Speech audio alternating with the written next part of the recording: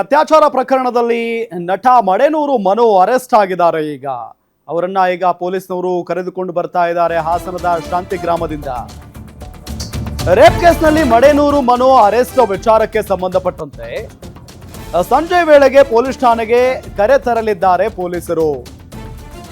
Police ಠಾಣೆಗೆ ಕರೆತಂದು arrest ಪ್ರಕ್ರಿಯೆಯನ್ನ ಮುಗಿಸಲಿದ್ದಾರೆ. ಅರೆಸ್ಟ್ ಪ್ರಕ್ರಿಯೆ ನಂತರ ನಾಳೆ ಕೋರ್ಟ್ಗೆ ಹಾಜರುಪಡಿಸಲಿದ್ದಾರೆ ಪೊಲೀಸ್ನವರು ಅನ್ನೋದು ಗೊತ್ತಾಗ್ತಾ ಇದೆ. ಇನ್ನು ಪ್ರಕರಣಕ್ಕೆ ಸಂಬಂಧಪಟ್ಟಂತೆ ವಿಚಾರಣೆ ನಡೆಸೋದಕ್ಕೆ ಕಸ್ಟಡಿಗೆ ಪಡೆಯುವಂತ ಸಾಧ್ಯತೆ ಇದೆ. ಸಹನಟಿ ನೀಡಿರುವ ದೂರಿನಾಡಿ ವಿಚಾರಣೆ ಹಾಗೂ ಮಹಜರು ಪ್ರಕ್ರಿಯೆ ನಡೆಯುತ್ತೆ. ಈ ಹಿನ್ನೆಲೆ ಮಡೆನೂರು ಮನುವನ್ನ ಕಸ್ಟಡಿಗೆ ಪಡೆಯಲಿದ್ದಾರೆ ಪೊಲೀಸ್ನವರು. ಅತ್ಯಾಚಾರ ಪ್ರಕರಣದಲ್ಲಿ ಮಡೆನೂರು ಮನು ಅರೆಸ್ಟ್ ವಿಚಾರಕ್ಕೆ ಸಂಬಂಧಪಟ್ಟಂತೆ ಗಮನಿಸ್ತಾ ಇದ್ದೀವಿ. ಈಗಾಗಲೇ ಅರೆಸ್ಟ್ ಮಾಡಿದ್ದಾರೆ. ಸಂಜೆ ವೇಳೆ ಕರ್ಕೊಂಡು ಬರ್ತಾರೆ ಬೆಂಗಳೂರಿಗೆ. ಪೊಲೀಸ್ ಠಾಣೆಗೆ ಕರೆತಂದು ಒಂದಿಷ್ಟು ಪ್ರಕ್ರಿಯೆ ಇರುತ್ತೆ, ಅರೆಸ್ಟ್ ಪ್ರಕ್ರಿಯೆ, ಅದೆಲ್ಲವನ್ನೂ ಕೂಡ ಮುಗಿಸ್ತಾರೆ. ಅದಾದ ನಂತರ ವಿಚಾರಣೆಗೆ ಏನಾದರೂ ಒಳಪಡಿಸುವಂತ ಸಾಧ್ಯತೆಯೂ ಕೂಡ ಇದೆ. ಜೊತೆಗೆ ನಾಳೆ ಇವರನ್ನ ಕೋರ್ಟ್ಗೆ ಹಾಜರುಪಡಿಸಲಿದ್ದಾರೆ ಅನ್ನೋದು ಗೊತ್ತಾಗ್ತಾ ಇದೆ. ಮಡೆನೂರು ಮನು ಈಗಾಗಲೇ ತಲೆ ತಪ್ಪಿಸ್ಕೊಂಡು ಹೋಗಿದ್ರು. ಅವರನ್ನ ಹುಡುಕಿ ಕರೆತರುವಂತ ಕೆಲಸವನ್ನ ಪೊಲೀಸ್ನವರು ಮಾಡ್ತಾ ಇದ್ದಾರೆ. ಅದಾದ ನಂತರ ಇವತ್ತು ಕರೆತಂದು ಎಲ್ಲ ಪ್ರಕ್ರಿಯೆ ಮುಗಿಸಿ ನಾಳೆ ಕೋರ್ಟ್ ಮುಂದೆ ಹಾಜರುಪಡಿಸಿ ಒಂದಿಷ್ಟು ಅಂದರೆ 14 ದಿನಗಳ ಕಾಲ ಏನು ಪೊಲೀಸ್ ಕಸ್ಟಡಿಗೆ ಪಡೆಯುವಂಥ ಸಾಧ್ಯತೆಯೂ ಕೂಡ ಇದೆ ಮಡೆನೂರು ಮನು ಅವರನ್ನು. ಯಾಕೆ ಅಂತ ಹೇಳಿದರೆ ಈಗಾಗಲೇ ಆ ಸಂತ್ರಸ್ತೆ ಬಹಳಷ್ಟು ಆರೋಪಗಳನ್ನು ಮಾಡಿದ್ದಾರೆ ಮನು ಅವ್ರ ಮೇಲೆ. ಹಾಗಾಗಿನೇ ಇವರ ಒಂದು ಆ್ಯಂಗಲ್ ಅಥವಾ ಇವರ ಒಂದು ರಿಯಾಕ್ಷನ್ ಏನಿರುತ್ತೆ ಅನ್ನೋದರ ಬಗ್ಗೆಯೂ ಕೂಡ ವಿಚಾರಣೆಗೆ ಒಳಪಡಿಸಲೇಬೇಕಾಗುತ್ತೆ. ಅವರ ಆರೋಪಕ್ಕೆ ಇವರ ಉತ್ತರ ಯಾವ ರೀತಿಯಾಗಿರುತ್ತೆ ಹಾಗಾದರೆ ಅನ್ನೋ ಪ್ರಶ್ನೆ ಎಲ್ಲರೂ ಕೂಡ ಇದ್ದೇ ಇದೆ.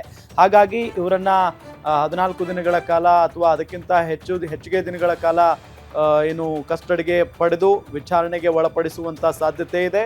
ಹಾಗಾಗಿ ಏನಿಲ್ಲಿ ಕಂಪ್ಲೇಂಟ್ ಕೊಟ್ಟಿದ್ದಾರಲ್ಲ ಅದೇ ಅಂಶಗಳನ್ನು ಇಟ್ಕೊಂಡು ಇವರಿಗೆ ಪ್ರಶ್ನೆಯನ್ನ ಮಾಡುವಂಥ ಸಾಧ್ಯತೆಯೂ ಕೂಡ ಇದೆ ಪೊಲೀಸ್ನವರು.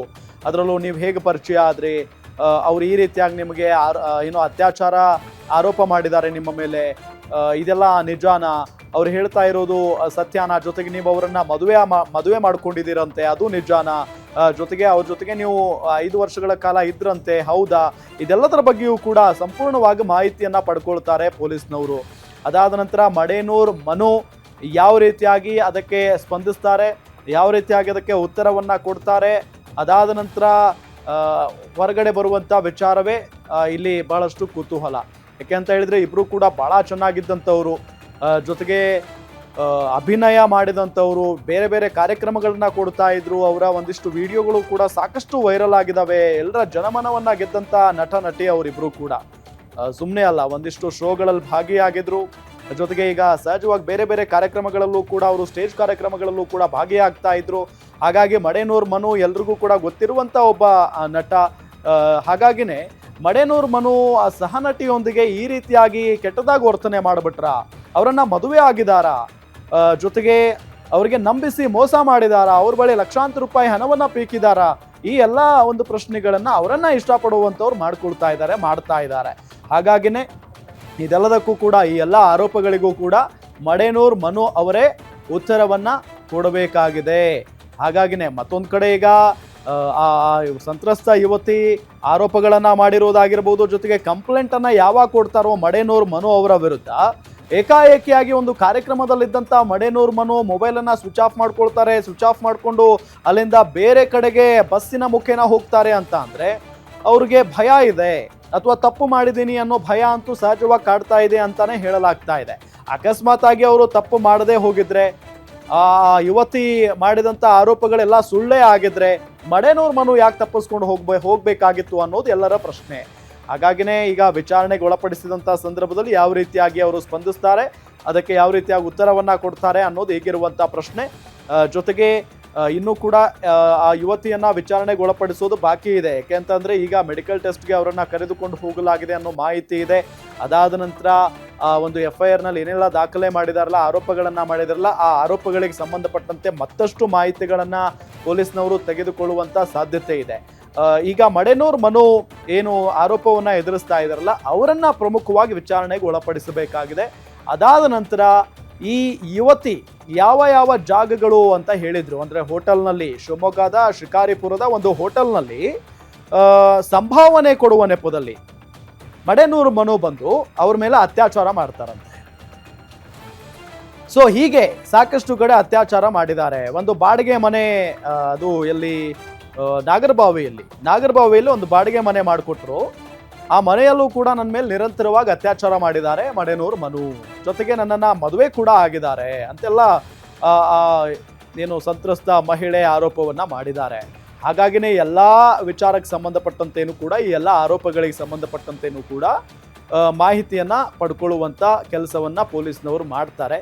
ಜೊತೆಗೆ ಈ ರೀತಿಯಾಗಿ ನಿಮ್ಮ ಮೇಲೆ ಆರೋಪಗಳಿದಾವೆ, ಒಂದೊಂದೇ ಅಂಶಗಳನ್ನ ಅವ್ರ ಮುಂದೆ ಇಡುವಂತ ಪ್ರಯತ್ನವನ್ನ ಪೊಲೀಸ್ನವರು ಮಾಡ್ತಾರೆ. ಇದಕ್ಕೆ ಏನ್ ಹೇಳ್ತೀಯಪ್ಪ ನೀನು? ಶಿವಮೊಗ್ಗದಲ್ಲಿ ಕಾರ್ಯಕ್ರಮ ಇದೆ ಅಂತ ಹೇಳಿ ಒಂದಿಷ್ಟು ಕಾಮಿಡಿ ನಟರನ್ನ ಕರ್ಕೊಂಡು ಹೋಗಿದ್ದೀರಾ, ಅದ್ರ ಜೊತೆಗೆ ಆ ಯುವತಿನೂ ಬಂದಿದ್ರಂತೆ.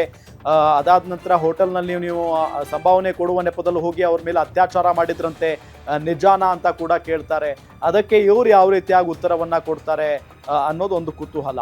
ಅದಾದ ನಂತರ ನೀವು ಲಿವಿಂಗ್ ಇನ್ ರಿಲೇಶನ್ಶಿಪ್ನಲ್ಲಿ ಇದ್ರಂತೆ, ಹೌದಾ, ನಿಜಾನ, ಎಷ್ಟು ವರ್ಷಗಳ ಕಾಲ ಇದ್ರಿ, ಆ ಯುವತಿ ಈ ರೀತಿಯಾಗಿ ಆರೋಪವನ್ನ ಮಾಡ್ತಾ ಇದ್ದಾರೆ ಅಂತ ಕೇಳ್ತಾರೆ. ಅದಕ್ಕೆ ಯಾವ ರೀತಿಯಾಗಿ ಇವರು ಮಡೆನೂರು ಮನು ಉತ್ತರವನ್ನ ಕೊಡ್ತಾರೆ ಅನ್ನೋದು ಸಹಜವಾದಂತ ಒಂದು ಪ್ರಶ್ನೆ. ಅದರ ಜೊತೆಗೆ ಗರ್ಭಪಾತ ಮಾಡಿಸಿದಿರಂತೆ. ಯಾಕೆ ಅಂತ ಹೇಳಿದ್ರೆ ಆ ಯುವತಿ ಬಹಳ ಸ್ಪಷ್ಟವಾಗಿ ಹೇಳಿದ್ದಾರೆ, ಗರ್ಭಪಾತ ಮಾಡಿಸಿದ್ದಾರೆ, ನಾನು ಪ್ರೆಗ್ನೆಂಟ್ ಆಗಿದ್ದೆ, ಒಂದು ಟ್ಯಾಬ್ಲೆಟ್ ಕೊಟ್ಟು ಗರ್ಭಪಾತ ಮಾಡಿಸಿದ್ದಾರೆ ಅಂತೆಲ್ಲ ಕೂಡ ಆರೋಪವನ್ನ ಮಾಡಿದ್ದಾರೆ ದೂರಿನಲ್ಲಿ. ಹಾಗಾಗಿ ಅದರ ಬಗ್ಗೆಯೂ ಕೂಡ ಪ್ರಶ್ನೆಯನ್ನ ಮಾಡ್ತಾರೆ. ಒಟ್ಟಾರೆ ಆ ಯುವತಿ ಏನೆಲ್ಲ ಆರೋಪಗಳನ್ನ ಮಾಡಿದಾರೋ ಅದೆಲ್ಲ ಪ್ರಶ್ನೆಗಳನ್ನು ಕೂಡ ಮಡೆನೂರು ಮನು ಅವರಿಗೆ ಮಾಡ್ತಾರೆ ಪೊಲೀಸ್ನವರು. ಅದಾದ ನಂತರ ಈ ಮಡೆನೂರು ಮನು ಇದಕ್ಕೆ ಉತ್ತರವನ್ನ ಯಾವ ರೀತಿಯಾಗಿ ಕೊಡ್ತಾರೆ, ಜೊತೆಗೆ ಅದೆಲ್ಲ ನಿಜ ಅಂತ ಒಪ್ಕೊಳ್ತಾರ ಅಥವಾ ಸುಳ್ಳು ಅಂತ ಹೇಳ್ತಾರ ಅನ್ನೋದ್ರ ಮೇಲೆ ಈಗ ಕೇಸ್ ನಿಂತ್ಕೊಂಡಿರೋದು. ಯಾಕೆ ಅಂತ ಹೇಳಿದ್ರೆ ಮಡೆನೂರು ಮನು ಅವರ ಒಂದು ಸಿನಿಮಾ ಕೂಡ ನಾಳೆ ತೆರೆಗೆ ಬರ್ತಾ ಇದೆ. ಇಂಥ ಸಂದರ್ಭದಲ್ಲಿ ನಾಳೆ ತೆರೆಗೆ ಬರ್ತಾ ಇದೆ ಅನ್ನುವಷ್ಟರಲ್ಲೇ ಇಂಥ ದೊಡ್ಡ ಆರೋಪವನ್ನ ಮಡೆನೂರು ಮನು ಅವರು ಎದುರಿಸ್ತಾ ಇರೋದು ಗಮನಿಸ್ತಾ ಇದ್ದೀವಿ. ಹಾಗಾಗಿ ಒಂದು ಕಡೆ ಈಗ ಸೋಷಿಯಲ್ ಮೀಡಿಯಾದಲ್ಲಿ ಟ್ರೆಂಡ್ ಆಗ್ತಾ ಇರುವಂಥ ವಿಚಾರ ಏನಪ್ಪ ಅಂತ ಅಂದರೆ, ಈ ನಟ ನಟಿಯರನ್ನ ಇವ್ರನ್ನ ನಂಬಕ್ಕಾಗಲ್ಲ, ಇವರು ಸಿನಿಮಾಗೋಸ್ಕರ ಏನು ಬೇಕಾದರೂ ಮಾಡೋದಕ್ಕೆ ರೆಡಿ ಇರ್ತಾರೆ, ಸಿನಿಮಾ ಪ್ರಮೋಷನ್ಸ್ಗೋಸ್ಕರ ತಮ್ಮ ವೈಯಕ್ತಿಕ ವಿಚಾರಗಳನ್ನು ಕೂಡ ತಂದು ಬಿಡ್ತಾರೆ ಹೊರಗಡೆ ಅನ್ನೋ ನಿಟ್ಟಿನಲ್ಲೂ ಕೂಡ ಓಡಾಡ್ತಾ ಇದೆ ವಿಚಾರ. ಆದರೆ ಏನೇ ಆಗಿರಬಹುದು, ಇದು ಬಹಳ ತೀರಾ ವೈಯಕ್ತಿಕವಾದಂಥ ವಿಚಾರ. ಇದು ಅತ್ಯಾಚಾರ ಪ್ರಕರಣ ಅಂತ ಅಂದರೆ ಸುಮ್ಮನೆ ಅಲ್ವೇ ಅಲ್ಲ. ಒಬ್ಬ ಸಹನಟಿ ಬಂದು ಮಡೆನೂರು ಮನು ಅವ್ರ ಮೇಲೆ ಅತ್ಯಾಚಾರ ಪ್ರಕರಣ ದಾಖಲು ಮಾಡ್ತಾರೆ ಅಂತ ಅಂದರೆ ಸಹಜವಾಗಿ ಇದು ನಿಜಾನೇ ಆಗಿರಬಹುದು ಅಂತಾನೆ ಹೇಳಲಾಗ್ತಾ ಇದೆ. ಯಾಕೆ ಅಂತ ಹೇಳಿದ್ರೆ ಆರೋಪವನ್ನ ಮಾಡ್ತಾ ಇರೋದೊಂದು ಹೆಣ್ಣು ಮಗಳಲ್ವಾ, ಹಾಗಾಗಿನೇ ಅದರಲ್ಲೂ ಬಹಳ ಪ್ರಮುಖವಾಗಿ ಅತ್ಯಾಚಾರ ಪ್ರಕರಣ. ಆಕೆಯದ್ದು ಕೂಡ ಮುಂದಿನ ಭವಿಷ್ಯ ಇರುತ್ತೆ, ಜೀವನ ಇರುತ್ತೆ, ಜೊತೆಗೆ ಈತನದ್ದು ಕೂಡ ಅಷ್ಟೇ. ಈಗ ತಾನೇ ಮೊದಲ ಸಿನಿಮಾವನ್ನ ಹೀರೋ ಆಗಿ ನಟನೆ ಮಾಡಿರುವಂತ ಮೊದಲ ಸಿನಿಮಾ ಇದು. ಹಾಗಾಗಿನೇ ನಾಳೆ ಬೇರೆ ರಿಲೀಸ್ ಆಗ್ತಾ ಇದೆ. ಇಂತಹ ಸಂದರ್ಭದಲ್ಲಿ ಇಷ್ಟು ದೊಡ್ಡ ಮಟ್ಟದ ಸಮಸ್ಯೆ ಮಾಡ್ಕೊಂಡ್ಬಿಟ್ಟಿದ್ದಾರೆ ಅಂತ ಅಂದಾಗ ಮುಂದೆ ಭವಿಷ್ಯದಲ್ಲಿ ಇವರಿಗೆ ದೊಡ್ಡ ಮಟ್ಟದ ಹೊಡೆತ ಆಗುವಂತ ಸಾಧ್ಯತೆ ಇರುತ್ತೆ. ಎಲ್ಲ ಯೋಚನೆ ಮಾಡಿರ್ತಾರೆ. ಇದು ಗಿಮಿಕ್ ಅನ್ನೋಕ್ಕೂ ಕೂಡ ಬರಲ್ಲ. ಯಾಕೆಂತ ಹೇಳಿದ್ರೆ ಇಬ್ಬರಿಗೂ ಮುಂದೆ ಭವಿಷ್ಯ ಇದೆ. ಈ ಸಂದರ್ಭದಲ್ಲಿ ಏನಾದರೂ ಎಡವಟ್ಟು ಮಾಡ್ಕೊಂಡ್ಬಿಟ್ರೆ ಮುಂದಿನ ದಿನಗಳಲ್ಲಿ ಸಿನಿಮಾ ರಂಗದಲ್ಲಿ ಇವರಿಬ್ಬರು ಬೆಳೆಯೋದು ಬಹಳ ಕಷ್ಟ ಆಗಿರುತ್ತೆ. ಹಾಗಾಗಿನೇ ಇದು ಗಿಮಿಕ್ ಅಲ್ಲ ಅಂತ ಕೂಡ ಸ್ಪಷ್ಟವಾಗಿ ಹೇಳಬಹುದು. ಗೊತ್ತಿಲ್ಲ ಏನಿರುತ್ತೆ ಇದರ ಹಿಂದಿನ ಉದ್ದೇಶ ಏನು ಅನ್ನೋದೆಲ್ಲವೂ ಕೂಡ ನಾಳೆ ಅಥವಾ ಇವತ್ತು ಸಂಜೆ ಸ್ಪಷ್ಟವಾಗಿ ಗೊತ್ತಾಗ್ತಾ ಹೋಗುತ್ತೆ. ಇದೆಲ್ಲದರ ಜೊತೆಗೆ ಯಾಕೆ ಈ ರೀತಿಯಾದಂಥ ಪ್ರಶ್ನೆ ಸೋಷಿಯಲ್ ಮೀಡಿಯಾದಲ್ಲಿ ಓಡಾಡ್ತಾ ಇದೆ ಅಂದರೆ, ಇದು ಸಿನಿಮಾ ಪ್ರಮೋಷನ್ಸ್ಗಾಗಿ ಗಿಮಿಕ್ ನಡೀತಾ ಇರೋದು ಅಂತ ಅಂದರೆ ನಾಳೆನೇ ಸಿನಿಮಾ ರಿಲೀಸ್ ಆಗ್ತಾ ಇದೆ.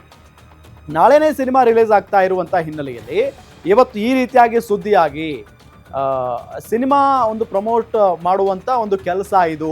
ಹಾಗಾಗಿನೇ ಈ ರೀತಿಯಾಗಿ ಮಾಡ್ಕೊಂಡಿದ್ದಾರೆ ಇವರಿಬ್ರು ಅನ್ನೋ ನಿಟ್ಟಿನಲ್ಲಿಯೇ ಆರೋಪ ಕೇಳಿ ಬರ್ತಾ ಇರುವಂತದ್ದು.